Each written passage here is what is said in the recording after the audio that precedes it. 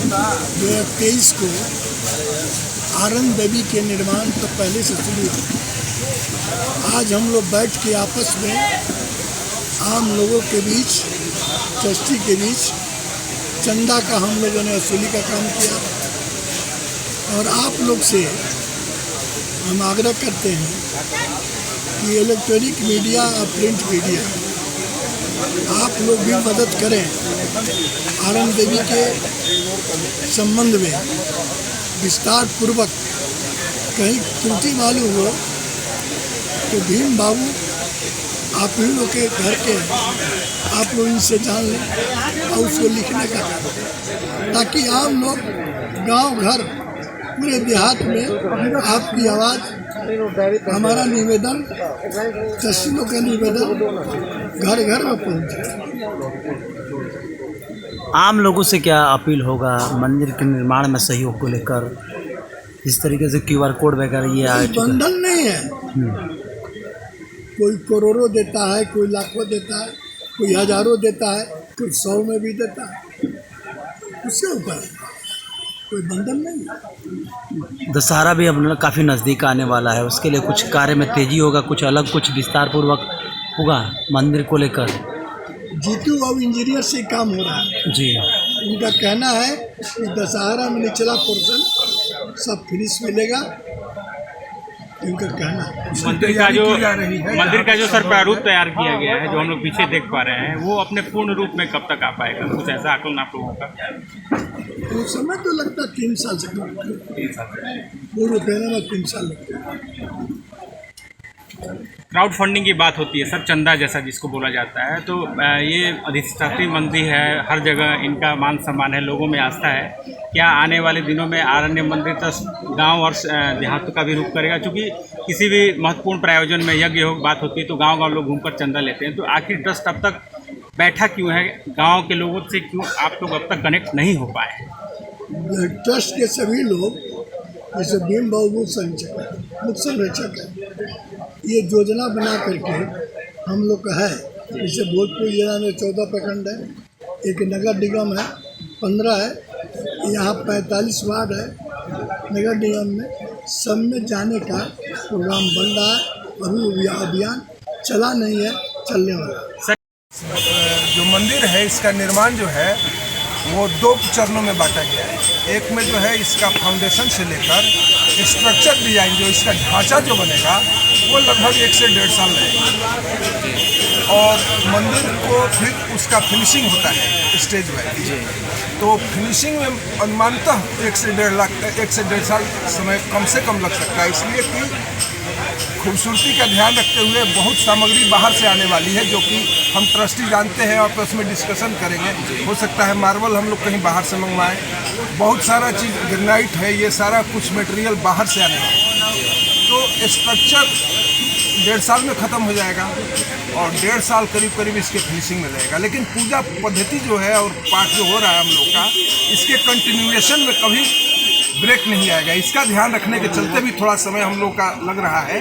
जो यहाँ के जितने हम लोग के धार्मिक लोग हैं उनका कहना था कि पूजा चलता रहे और मंदिर का निर्माण हो जाए। त्योहारों का समय काफ़ी नज़दीक आने वाला है, इसकी जो अभी बाहरी अभी ढांचा है पूरी तरीके से जीर्ण शीर्ण अवस्था में, उस समय क्या तैयारी कितनी हो जाएगी? क्योंकि काफ़ी संख्या में लोग इस मंदिर में पूजा करने आते हैं नवमी के समय में।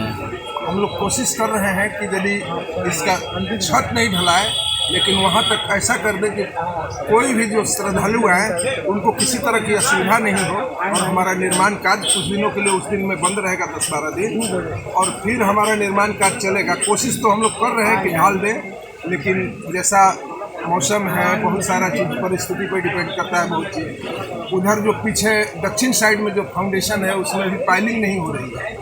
यदि लगातार कुछ दिन बारिश हो गई तो बाधा आ सकती है, जिसके चलते हम लोग छत नहीं ढाल सकते। सर अनुमानित व्यय क्या होगा? जैसे मैंने एक सवाल पूछा, अनुमानित व्यय स्ट्रक्चर में मोटा मोटी 4 से 5 करोड़ आएगा, और उसके बाद फिनिशिंग में हम लोग तो बैठ कर तय करेंगे।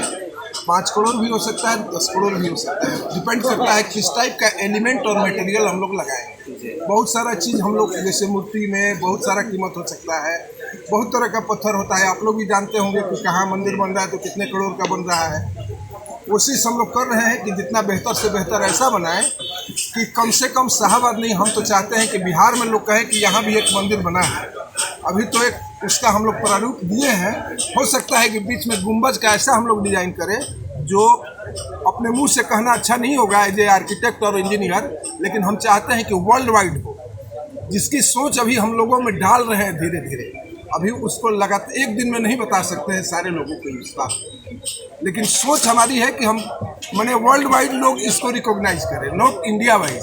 सर कार्य की गति इतना धीमा क्यों है, कुछ वजह बताएंगे इसके? हाँ, थोड़ा सा बताएंगे। थोड़ा सा हम लोग आपस में शुरू में कार्य गति थोड़ी धीमी पड़ी है, लेकिन जब से हम लोग काम लगे हैं, माने निर्माण कार्य का शुरुआत जब से हुआ है, इसको फास्ट कहा जाएगा। काहे कि 2 से 2.5 महीना से हम लोग निर्माण कार्य कर रहे हैं और फाउंडेशन में थोड़ा विलम्ब होता है। सभी आप लोग जानते होंगे कि कभी भी न्यू में थोड़ा समय, बहुत तरह का कार्य होता है जो दिखाई नहीं देता है हम लोग को। कार्य तो बहुत कर लिए हैं हम लोग, लेकिन लोगों को दिखाई नहीं देगा जब तक छत नहीं आएगा, चाहे और कुछ नहीं है।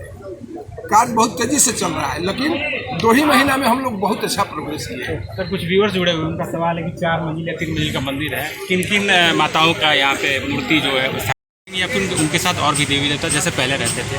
जो माँ का परिवार जैसा था यहाँ मंदिर में, उस सभी देवगण यहाँ रहेंगे, यथावत स्थिति में रहेंगे। और नवरात्र को लेकर किस तरह से क्राउड जो मैनेजमेंट होता है, क्योंकि ये शहर का जो रास्ता है काफ़ी संकीर्ण है, बहुत ज़्यादा भीड़ होती है। हालांकि माँ की कृपा से अब तक कोई ऐसे ऊंच नीच घटना नहीं हुई, लेकिन इस बार आप लोग क्या प्रिकॉशन लेने जा रहे हैं नवरात्र के समय में? सारे ट्रस्ट के सारे सदस्य काफ़ी सक्रिय रहते हैं उस समय, और प्रशासन का भी पूरा सहयोग रहता है। हम लोग आम नागरिकों से, प्रशासन से भी सहयोग लेंगे और व्यवस्था बहुत बढ़िया होगी। इस साल कहीं से कोई कमी नहीं होगी। सर नवरात्र का समय है, जब आएगा तो उस समय काफ़ी यहाँ पर क्राउड भी आएगा, तो फंड भी इकट्ठा ज़्यादा हो सकता है। उसके लिए अवेयरनेस का के लिए कुछ करेंगे क्या आप लोग? देखिए, हम लोग के सारे रसीद जितने छपे हुए हैं जी, वो सारे रसीद पर हम लोग का QR कोड है और बैंक का खाता नंबर है। बैनर पर भी है, रसीद पर भी है, और यहाँ मंदिर में बिल्कुल 24 घंटे, जो भी 24 घंटा में जितना देर मंदिर का पट खुला रहता है, हम लोग के ट्रस्ट के ओर से अधिकृत है लोग, वो लोग चंदा काटते हैं रसीद दे करके, और श्रद्धालुओं से वहीं पर रसीद से चंदा लिया जाता है। सर एक बात बताइए, केवल आनंद मंदिर में ही ये चंदा काटने का प्रक्रिया चलेगा, या कहीं जहाँ ज़्यादा क्राउड आता हो, स्टेशन हो या बस स्टैंड हो, इन सब जगहों पर भी क्या आप लोग इस तरीके से? बस स्टैंड और उसमें नहीं, हम लोग मोहल्ला वाइज यहाँ 45 जो वार्ड हैं उसमें हम लोग व्यवस्था कर रहे हैं, और गांव स्तर तक भी हम लोग अब जाने की व्यवस्था कर रहे हैं। अभी मंदिर में ही और कुछ ग्रुप हम लोग का निकलता है, उसमें हम लोग जैसे कभी कभी 2 साथी इधर से निकल गए, कभी सचिव जी अरविंद पांडे जी हैं, कल हम लोग जा करके 2-3 जगह हम लोग कल गए। इसी तरह से चंदा अभी जहाँ दिखता है या जो लोग बुलाते हैं, अभी बहुत से ऐसे श्रद्धालु हैं जो हम लोग को फ़ोन करके बुलाते हैं कि आ करके माँ का चंदा ले लेंगे। तो अभी यही है, और धीरे धीरे हम लोग शहर में निकलेंगे सहयोग के लिए। और इसी के साथ आप सब लोग को बहुत बहुत धन्यवाद और परिचय।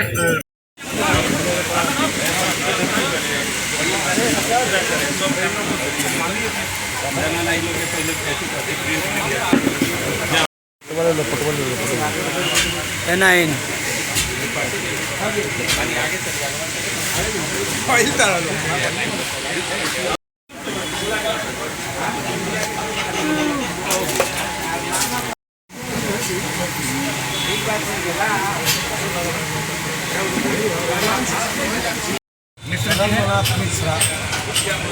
मनोज